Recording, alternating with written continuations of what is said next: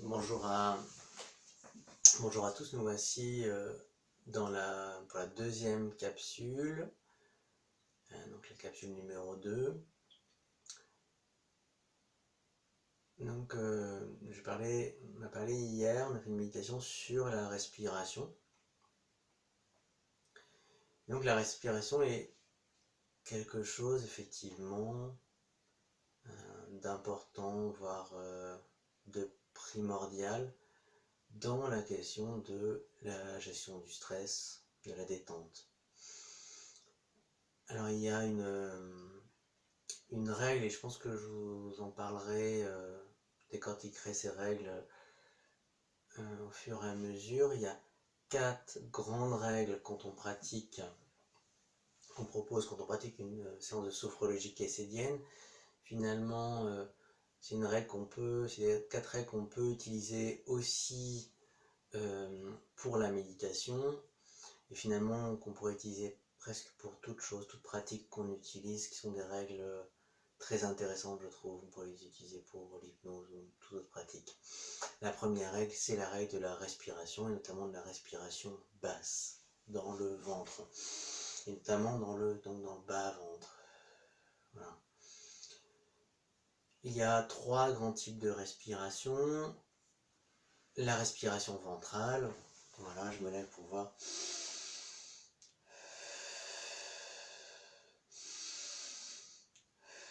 Qui est la respiration de la détente, de la relaxation, qui est notre respiration naturelle. En fait, c'est la respiration qu'on a quand on est. Quand on est, le bébé, il respire par le ventre. C'est automatique, ça se fait tout seul. Et cette respiration, il la perd, le bébé, quand il grandit, et notamment quand il commence à courir. Quand il commence à courir, la respiration passe de là, du ventre, au poumon. C'est le deuxième grand type de respiration, la respiration pulmonaire, thoracique. Voilà. Donc ça, c'est c'est la respiration de tous les jours. La respiration qu'on a quand on est en action, quand on fait des choses. Mais c'est aussi la respiration de la pensée. Quand ça pense, quand ça cogite, on respire par là.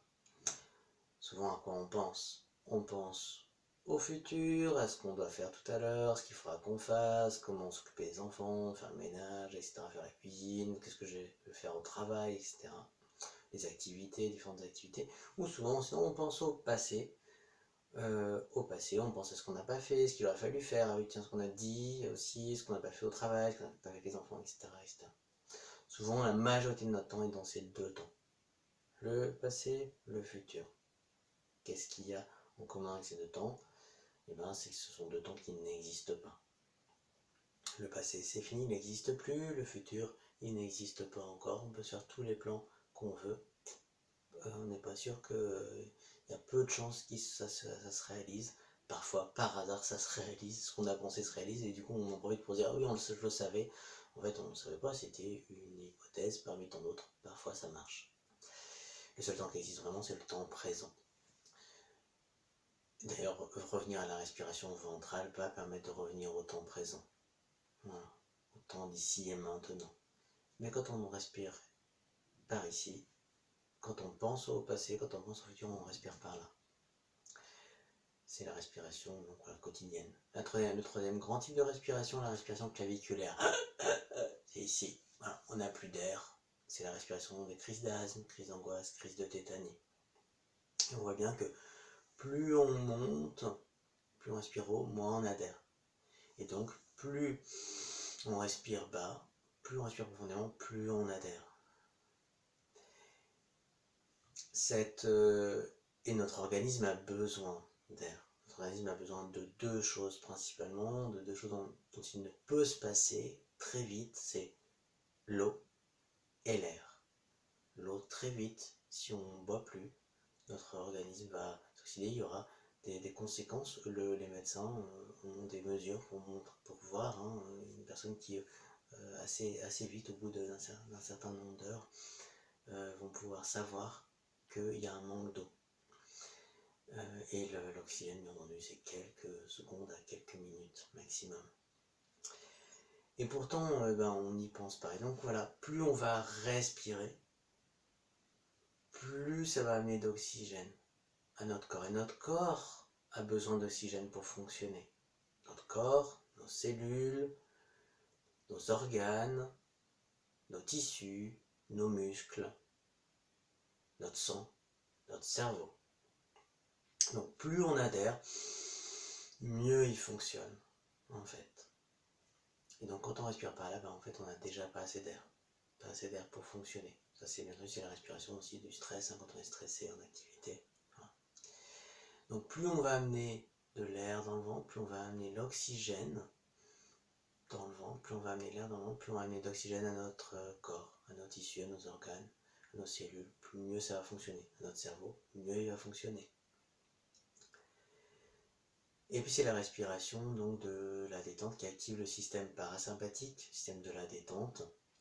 C'est la respiration du fumeur d'ailleurs, les fumeurs respirent par le ventre, ils croient que c'est ça que c'est la cigarette qui les détend. Non, c'est la respiration qui les détend. C'est-à-dire que plus j'ai besoin de ma cigarette, plus je suis stressé, par exemple parce que j'ai eu une réunion pendant 2 heures et que j'ai pas pu fumer, plus quand je sors pour fumer, je vais respirer très très profondément, j'avais l'air dans et même souvent d'ailleurs ils peuvent dans ces moments-là, sur la première taf, les 2 premières tafs, bloquer la respiration et c'est ça qui détend la cigarette, c'est la respiration. Pas la cigarette est plutôt un excitant, plutôt énervé. Et puis cette respiration, on la récupère au moment de s'endormir. C'est-à-dire au moment de s'endormir, la respiration passe de là à là au niveau du ventre, c'est automatique, ça se fait tout seul. Pas besoin d'y penser, ça se fait tout seul. Voilà. Donc ce que je vous propose, c'est de vous entraîner. Vous entraîner à respirer par le ventre. Donc en mettant par exemple une main sur le ventre, pourquoi pas la main droite et la main gauche dans le dos, et amener l'air dans le ventre. Sur l'inspire, amenez l'air voilà, dans le ventre. Donc vous pouvez vous mettre debout comme moi, vous pouvez vous mettre assis. Ou si c'est plus facile pour sentir la respiration, vous pouvez vous mettre allongé. Parfois c'est plus facile en étant allongé sur le dos, une main sur le ventre, de sentir la respiration. Donc sur l'inspire, on inspire, je mets l'air dans le ventre et je gonfle le ventre comme un ballon qui se gonfle d'air.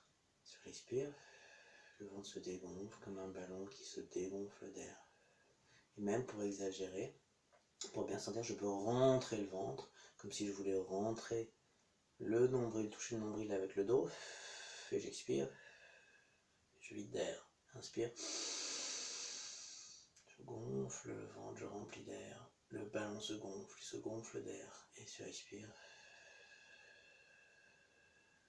le ballon se dégonfle d'air, inspire, se gonfle d'air,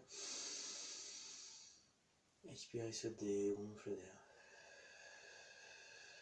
Alors parfois on fait l'inverse, c'est-à-dire que sur l'inspire, on dégonfle, pourquoi? Parce qu'on va respirer plutôt par les poumons. Voilà, c'est normal, on fait souvent ça. Et donc il va falloir faire un effort de concentration, ça va être un effort effectivement de concentration pour amener l'air.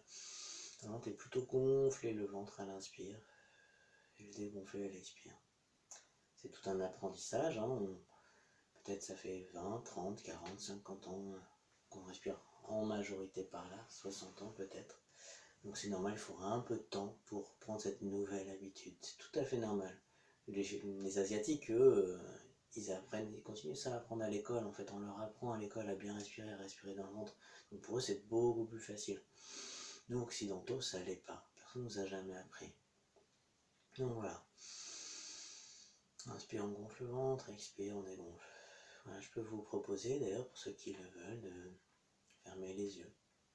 Et sur l'inspire, concentrer sur la respiration, sentir l'air. Passe par les narines, la gorge, les poumons, remplit le ventre comme ça, le ballon se gonfle d'air. Puis on remplissait le ventre d'air comme un ballon qui se remplit d'air. Sur l'expire, imaginez l'air, sentir l'air qui ressort du ventre. Passe par les poumons, la gorge, les narines vers l'extérieur. Donc chacun son rythme. pour vous imaginer l'air, sentir l'air. Dans les narines, dans la gorge, dans les poumons, dans le ventre. Et sur l'expire, c'est sortir.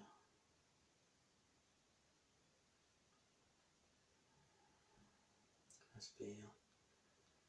L'air qui rentre dans les narines, dans les poumons, dans le ventre, gonfle le ventre. Expire. L'air qui ressort du ventre, passe par les poumons, la gorge, les narines extérieures. À l'inspire, l'air qui va dans le ventre, et peut-être même certains peuvent imaginer sentir l'air qui va dans les jambes, jusqu'aux doigts de pied. Et sur l'expire, l'air qui ressort des doigts de pied, des jambes, le ventre, les poumons, la gorge, les narines extérieures. Sur l'inspire, l'air qui rentre dans les narines, les poumons, le ventre, les jambes jusqu'aux doigts de pied, dans les épaules, les bras jusqu'aux doigts, dans la tête, le visage. Et sur l'expire, l'air qui ressort des jambes, des bras, le ventre, les poumons, les narines. Voilà, pour chacun son rythme de le faire. 2-3 cycles. 4-5 cycles.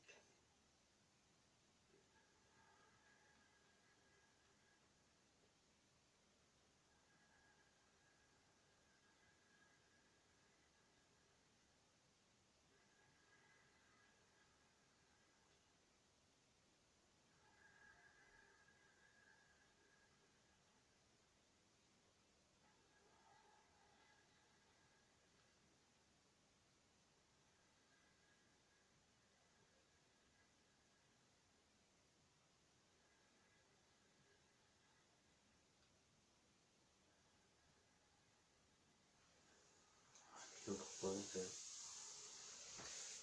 de noter un instant comment vous vous sentez. Comment c'est à l'intérieur.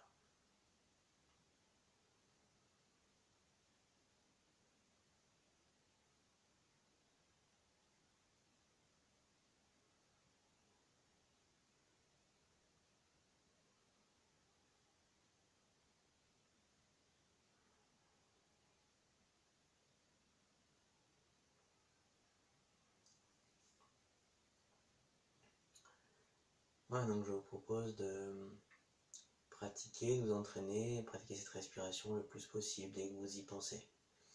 Pourquoi pas mettre une main sur le ventre. Alors allongé, je vous disais que c'était parfois plus facile pour sentir. On va sur le dos.